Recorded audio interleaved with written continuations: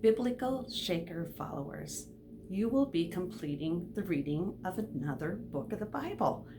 The final chapters of Joshua will be covered this week with corresponding devotions by Dolores. A city of refuge was just that, refuge for someone who committed an unintentional murder that would evoke revenge from the victim's friends and relatives. The 6 cities of refuge were spaced throughout the land so that a person was never too far from one. The Levites oversaw these cities. They were to ensure that God's principles of justice and fairness were kept. A map with a location of the cities is posted on Monday to aid in your study. In the 21st chapter, we find that God kept his promise and scattered the Levites throughout Israel so that no one lived more than a day's journey from a Levitical city. He gave them 48 towns, including the cities of refuge. The Levites were to minister before God on behalf of all the people. It should have been a blessing to Israel to have these servants of God living in many different places and sharing the truth of the word with the people. The 22nd chapter is a perfect example of how a person's actions can be misunderstood. After the tribes of Reuben, Gad, and half-tribe of Manasseh built an altar at the Jordan River, the rest of Israel feared that these tribes were starting their own religion and rebelling against God. However, later they learned that the altar was for a memorial rather than for a pagan sacrifice. War was averted and unity restored.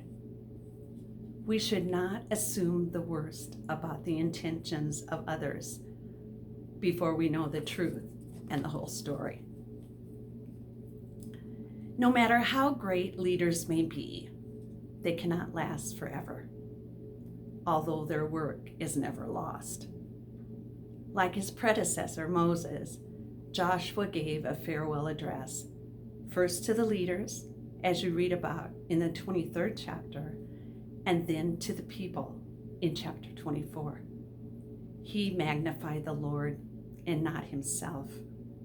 No one would question that Joshua was a gifted leader and a great general.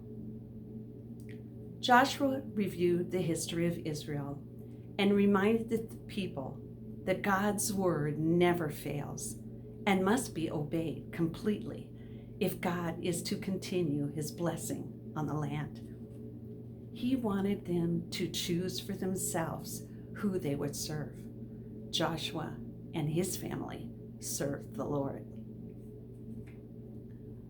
The book of Joshua opens with a new leader being handed a seemingly impossible task to lead the nation in taking over the land of Canaan.